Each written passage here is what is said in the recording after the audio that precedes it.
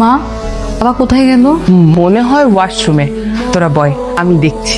জানো শোনা, আজকে আমার মেয়েটা তার বয়ফ্রেন্ড নিয়ে বাসায় এসেছে। বিয়েটা যদি একবার হয়ে যায় আমাদের রাস্তা কিন্তু ক্লিয়ার। জানো শোনা, আজকে আমার মেয়েটা তার বয়ফ্রেন্ড নিয়ে বাসায় এসেছে। শুনো, বাবা একটু রাগী, কিন্তু ভয় পেও না, ঠান্ডা মাথার সব প্রশ্নের উত্তর দিবে, ঠিক আছে? বসো। একটু দেরি হয়ে গেল, বিরক্ত হচ্ছিলে না তো? জি না আঙ্কেল, কোনো সমস্যা নেই। উত্তর দিল কে? বাবা তাসিনই উত্তর দিয়েছে। জি আঙ্কেল, এখানে তো আমরা তিনজনই আছি। কেমন মানুষ, মুখে দাড়ি, পরনে ছেলেদের মতো প্যান্ট শার্ট। এই এই, তুমি ছেলে নামে? আঙ্কেল, আমি পরিপূর্ণভাবে একজন ছেলে। মিতু, শেষ পর্যন্ত তুই একটা হাফ ছেলে হাফ মেয়ের সঙ্গে প্রেম করছিস?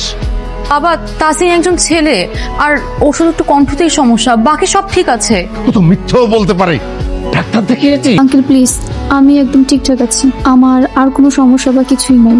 তাছাড়া আমি আর মিতু দুজনকে অনেক বেশি ভালোবাসি। আমি এরকম একটা হাফ ছেলের সাথে হাবিয়ে দেবো না। কি হয়েছে? তোর বাবা এরকম চিৎকার করছে কেন? কেন চিৎকার করছি? এই, তোর মাকে একটা সালাম দাও তো। আসসালামু আলাইকুম আন্টি। আল্লাহ, মানে বুঝলাম না তো।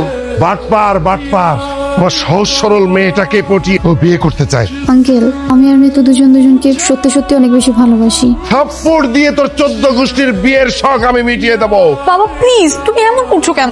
এই চুপ!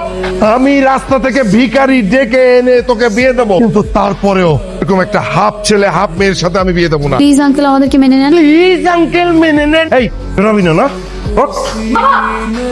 একটা হাফ ছেলে হাফ মেয়ের সঙ্গে আমি আমার মেয়েকে বিয়ে দেবো? এরকম গোল গোল চোখ করে আমার দিকে তাকিয়ে আছো কেন? যাও, মেয়েকে বুঝাও, দয়া করে যাও।